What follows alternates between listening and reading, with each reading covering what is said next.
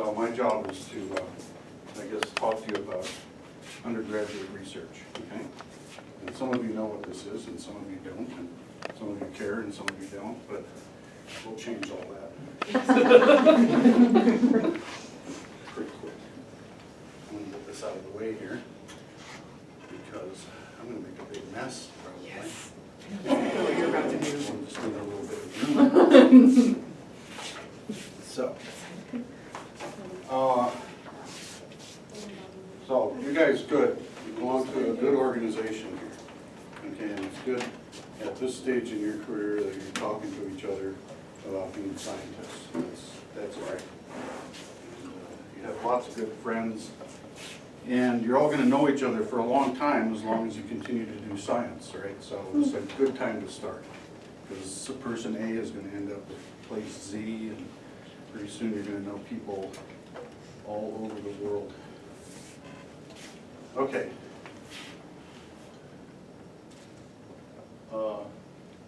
That's Mr. McGree over in the corner there, and he wants to know what that is. A picture of a pipe. Oh. So what do you know about Mr. McGree?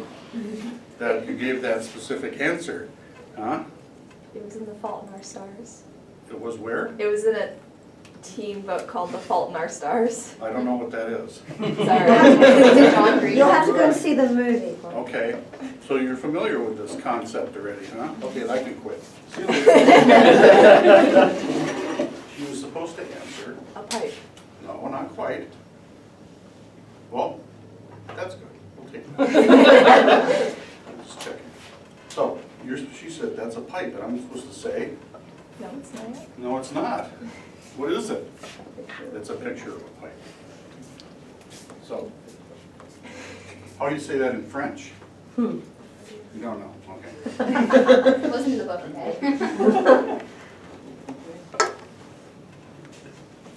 Okay, so we learned that's not a pipe. I just wanted to show you there's other pipes that are not pipes. That's one over there. Are you familiar with this one? Have you ever been in one of those? Me neither. But it looks like you should try sometime, okay? Right. Looks like too much sun for a chemist. Okay. What does René Magritte think about? He was a surrealist painter. He's Belgian, and he painted in the 20s, 30s, 40s. What's going on here? Tell me is there something weird about that, or is that normal? It looks like somebody built the building around it. No, well, the question is that a large apple in a regular room? Or is that Small room. a regular apple in a small room? Now, some of you are going to think it's one, and some of you are going to think it's something else. Is either of them correct? No, this is surrealism here, so it's, who knows what the right answer is. How about this guy here? What's going on there? Well, is there something unusual about that picture? What's that? There's eyes and a nose and a mouth, but there doesn't appear to be the rest of the head. That's right. That's because you expect a head, right? But maybe this individual here has no three-dimensional presence at all, and he has a mask on that's eyes and nose and lips, right? And we give this answer, and I would have given the same answer because we talk about and we think because based on what we think we observe every day. But is what we observe every day reality? Well, that's what we're going to think about. And you might ask, what does this have to do with undergraduate research? I'm not going to answer that either. Challenge, preconditioned perceptions of reality. Okay? Where are you? 111? Oh. Now, we're seeing what this guy really looks like. We took off what was down below here, and we're just looking at what's up here. Now, it looks more normal in a sense because it's clear that something's missing. And what this is a hat and some pieces of a face that are pasted on a background. And there never was a person there. It was your imagination that put that person together. And that's because you're predisposed to think like that. Because we look at each other every day, and that's what we see. Now, you may think that Mr. McGree here has no relevance today, but he is responsible for the creation of Lady Gaga. And he did portray this scene out of one of Renee Zellweger's movies. He knew what was going on long before they did. Okay? This guy's not as well known as McGree, Mr. Korzybski. He's asking you a question about that. And I'm not going to ask you to answer. Somebody else has got to give the answer here. What is that? Ohio. Ah, good. That's what I want to do. So, is that Ohio? That's Image why of do you think that's Ohio? That's what Ohio looks like on maps. Some maps like this. Map here. There's a better map you have there. I have it upside down. It always should be north up, right? No, not according to the Australians.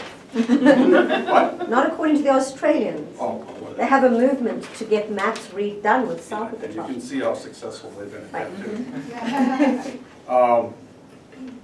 Ohio, huh? Ohio, huh? Well, this is not Ohio, and this is not Ohio. That's Ohio, all right? That is a representation of Ohio. That is a map of Ohio, okay? So, where am I heading here? I want you to think about this in terms of when you learn things, you're dealing with abstractions. That is an abstraction for Ohio. This is an abstraction for Ohio. It's helpful, it teaches you something about Ohio, but you're standing on it, and the real thing is what's going to teach you, in essence, what's going on, not these things here. So, this file is away over here, we don't need that anymore. Okay, so this fellow invented this field called general semantics, and he says, words are not things we're speaking about. So, if you're ever in a classroom again, and you have a faculty member or somebody else that's speaking about things, I'm not saying you don't have to listen to them, but, or her, but that doesn't boil down too much, okay? There's no such thing as an object in absolute isolation, is his whole premise of general semantics. And he wants you to know that the structure of your nervous systems and the structure of your language is going to limit what you know, okay? If you're locked into thinking a certain way, you're going to limit what you can learn. So you always have to keep a very open mind. And you always have to be an effective communicator. Your language is the most important thing that you're ever going to have in your whole life, pretty much, because it's critical for communication, it's critical for learning this way, and it's critical for going backwards the other way to let other people know what you're thinking. So language, you know, if I had a grade school teacher who would rap my knuckles, and I had to stand in the corner if I didn't write well and speak well, and I think that's kind of a lost art these days. Learn how to write, learn how to communicate. And this fellow, he's also supposedly responsible for this statement here.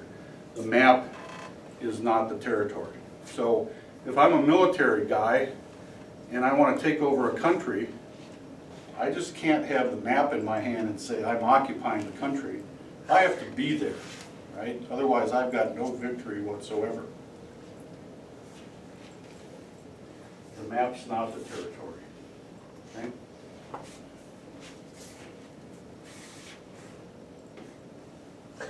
Oh, yes.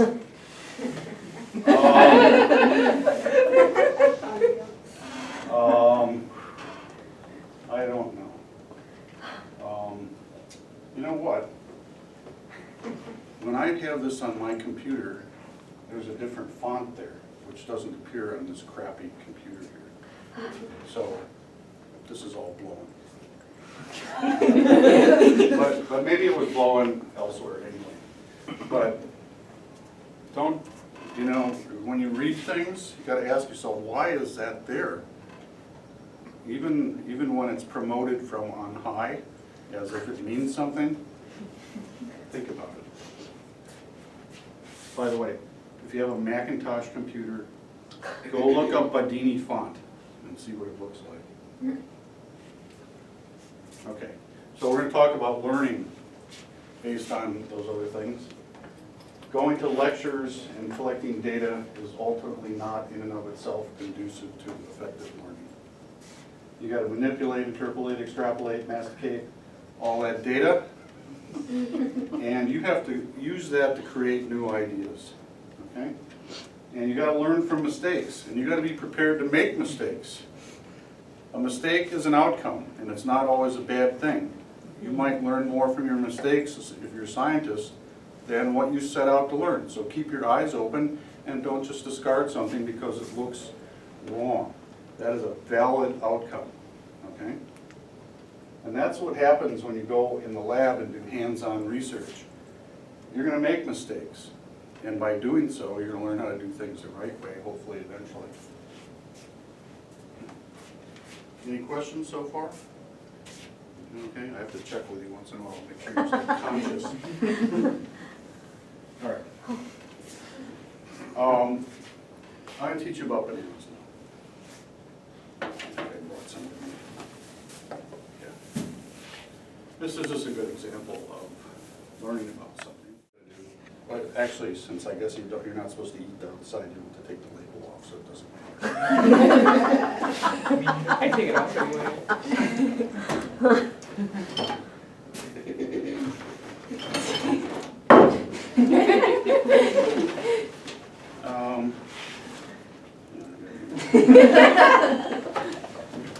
Now, one problem I always had with bananas is I never did like them because they're a nuisance. You have to take the skin off somehow, and I could never figure out how to do that. And so I had to bring tools in to do that, but I never was sure if they had the right tool. Some tools I don't even know what they're for. Maybe that's not the one to open up a banana. I'll put it in here somewhere. Ah, here it is. That doesn't work either. Let's see. If you don't know how to open a banana, where do you learn how to do it? Huh? Watch a monkey. Watch a monkey? What do they know? I know more than you apparently. Okay. All right, smart.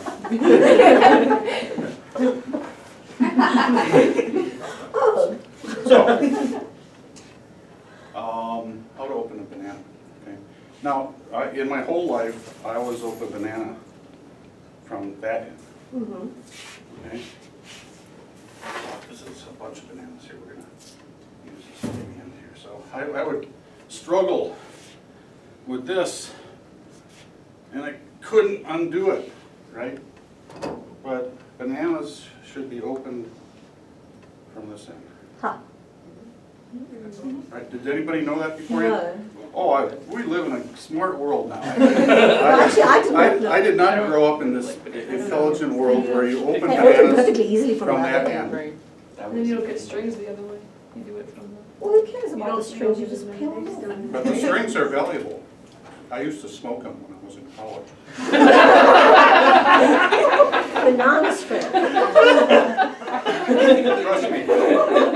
Trust me, it's not worth trying. You just get a headache. So anyway, the trouble is, you know, you learn how to open a banana from that end, and you do it, in my case, for, how old am I? 66 years old. And just a month ago or so, I learned that you're supposed to open the damn banana from the other end. Now, some of you already knew that, I didn't, but, and it just teaches you something that once you know how to do something wrong, you don't have an open mind to ever try anything else another way. And trust me, this is the better way to do it, is from the other end. You want to try it? tomorrow morning. Okay, here. There you go. Try that. Okay. Wow. Okay. Who is this, by the way? You know who I'm a that is? waste of banana. Jane Goodall. That's Jane Goodall, When she okay? was younger. And back in the 60s, she was one of the most prominent, famous scientists in the world because she could have learned about chimpanzees by sitting in college in London with her feet up on the desk, staring out the window. But she went to Tanzania and lived with these chimps, bonobos, or whoever they are, and she had to go there and be with them firsthand to learn what they were, how they interact with each other, and all those things. So, sometimes to learn things, you have to put yourself in the right place, okay? And what I'm getting at here is if you're going to do research, you're never going to learn how to do it by sitting there with a book. You're going to have to go to the place where it's done to learn how to do it, okay? And that's why she was so successful as a scientist, because she went out in the bush and risked her life to learn about these animals. And how to open bananas, apparently. Okay. Bananas now. I want you to pay attention to this. I know you probably know all this stuff already, right? It's an edible fruit. But it's not. It's a berry. It's not fruit. It comes from the genus Musa, originally from Australasia. Variable in size and color. You notice when you go to a grocery store now, they have these weird bananas like you never saw before. Like, that's a banana. But now they got weird bananas that are different shape, different color. Okay, you know why they're there? Because this kind of banana is going to disappear from the face of the earth pretty soon. Okay? Stupid mankind propagated this banana from one source 100 years ago, and now there is a disease that is killing all these off. And soon there will only be those weird bananas. Wow. So the food industry is trying to integrate the weird bananas so they still have a banana market in the future. Right? And that's because all those bananas came from cuttings that were originally sitting in some hothouse in England once upon a time and got distributed to the rest of the world. Okay? Bananas, you shouldn't treat them lightly because they're radioactive. Okay? They have a lot of potassium, which they say is good for you. But too much potassium, you get too much radioactivity. And if you want to keep bananas around, put them in a bag. If you want them to rot really quick, leave them out in the open, okay? You know what ethylene does to bananas? It ripens. It ripens them, yeah. So, you're going to take an exam. I just taught you a bunch of stuff about bananas. Can anybody repeat any of that? Did anybody learn something they didn't know before? It's a It's a berry. It's a berry. Good. Originated in Australia. Excellent. The other ones are dying out. That's right. Anything else? That's good. You learned something They today. all come from one plant. That's right. And it's Adoption and Chatsworth. It's a uniculture, I think, or something that's called banana. And keeping them in a bag. And keep them in a bag if you want to It keep them traps for the a while. CO2. And what? It traps the CO2. Keeping them in a bag traps CO2. Yes. Enjoy bananas while you still can. That's right. There you go. We shouldn't have wasted these ones. I'll eat that one later.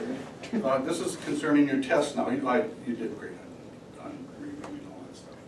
But if you want to take a test, Hugo Gernsback has some advice here. Now, Hugo Gernsback was the kind of guy who, he didn't invent science fiction, but he was there before it was, and he played a big role in the evolution of science fiction. And this is how he would do his work. He had this special hood he would wear. He would have a bottle of oxygen pumped in there. And you'll notice he had these little eye slits. Okay, so when he was working, he was pumped up on oxygen and he had no distraction because all he could see was his work in front of him. He didn't have the television on because there was no television. You know, he was concentrating on what he was doing. And in order to pass this test I'm going to give you, you're not going to have the opportunity to take Mr. Gernsback's advice here. But in the future, if you're studying for an exam, he's got it right.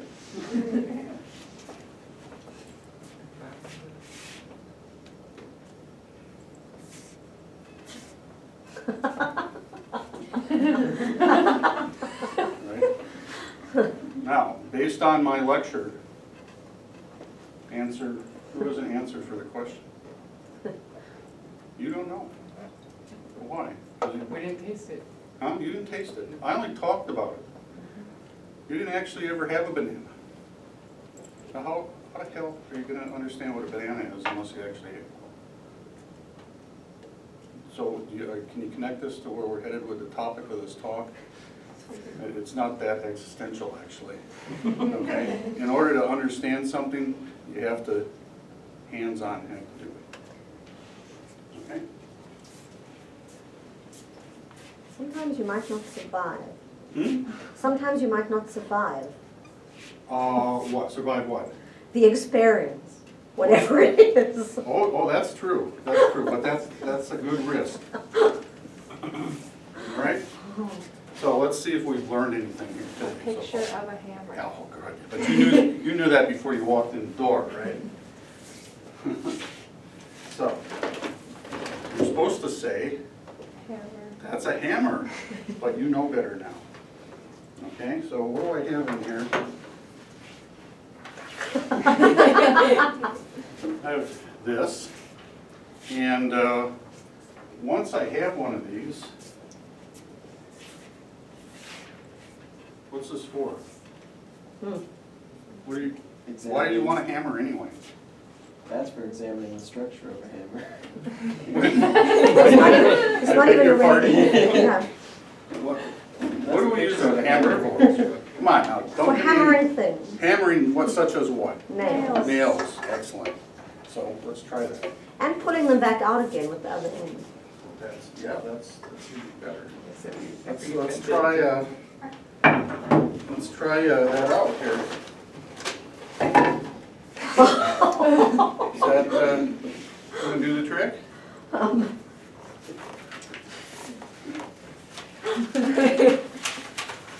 Okay, I got a hammer here, right?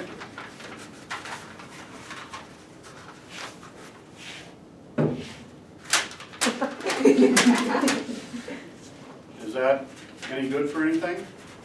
What do I need? An actual hammer. I need-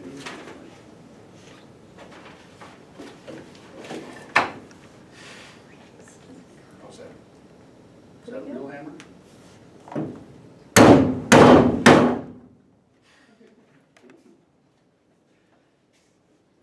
Now, if you want to drive nails, you have to have a real hammer, okay? You have to do the real thing. Sitting in a classroom with a book, listening to somebody, you're hardly going to learn anything.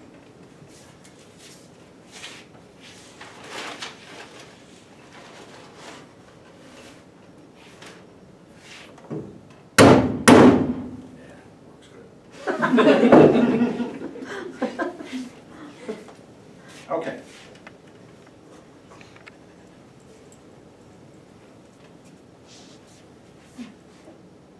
If you only have a hammer as a tool, then you tend to treat everything as a nail. So, the point of this is that just having a hammer a real hammer, is not enough. You need other tools. So get the whole set of tools you need to do the job, okay? You don't want to be a hammer and look at the world as if it's a nail, right? You want to look at it as a lot of things put together that interact with each other.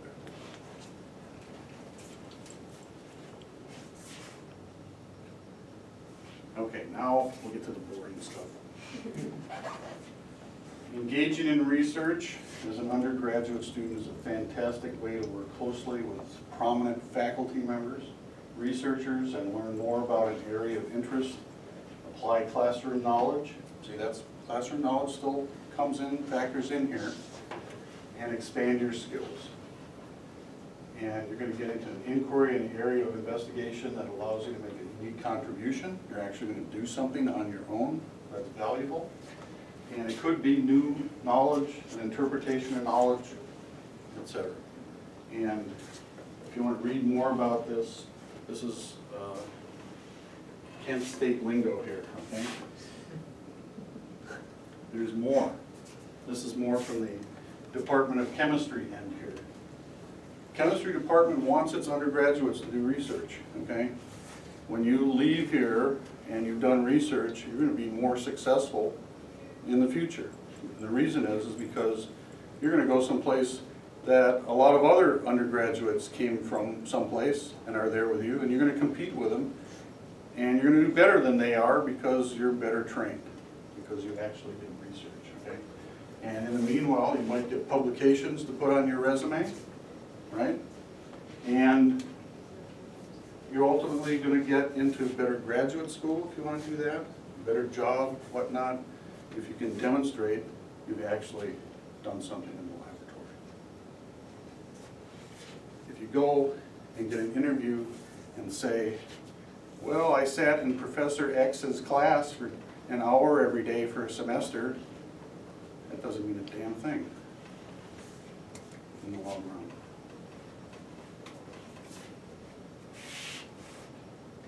So, there's lots of ways to get involved in research here. Some of you already do it. You know what's going on. Help out your colleagues if they're not. I think Erin here, she's the center of excellence with all knowledge in the department here, so to speak. And she knows all the stuff from the bottom up, including, you know, being heavily involved in the RU program for a while. Take advantage of this option here. It's something that you'll never regret. And here's the current people that are working in my lab, Holly, Mercedes, and Matthew. And Holly's actually not working on this project currently because... No, we're doing Joe's. Yeah, we're picked up another project. You think things move on, things change, dynamic. So, going back to our good friend we started out with, consider getting into undergraduate research. And we'll just close up by doing an experiment here, a Gedanken experiment. So you got to, this definition is real here. Given the structure of the experiment, it may or may not be possible to actually perform it. And if it can be performed, there need be no intention of any kind to actually perform the experiment in question. Isn't that the best kind of experiment you can do? That was easy. And that's especially relevant at Kent State, where that's all we can do because we don't have enough graduate students. So we just sit around and think about how the world could be if things were otherwise. And by the way, if you have any doubts about the accuracy of this, I copied it directly from Wikipedia. No arguments. So here's the Gedanken experiment for you. How long would you like to think about that? Huh? Okay, I'm sure you solved it by now. I just took these covers off of, this is a magazine which Hugo Gernsbach was the editor of, Amazing Stories magazine. And this is back in the 1920s and 1930s and 40s, okay? And you know, people were thinking about what the world could look like in the future. And it looks kind of crazy, and that's why it looks kind of interesting, but at least they were thinking about it. You know, they were like, what could it be like? That was what's important. It didn't matter if they didn't get it exactly right. That's because when I say that, I'm presuming we got it exactly right. And maybe, whatever. Notice here, there's a machine that you can have a little object and then it draws it on a bigger scale. It's called a pantagram or pantaflex or something like that. Well, the thing that's in the gears here are facts and theory. And as you take facts and theory and move them together, they end up making, in this case, science fiction, okay? But they also end up making reality.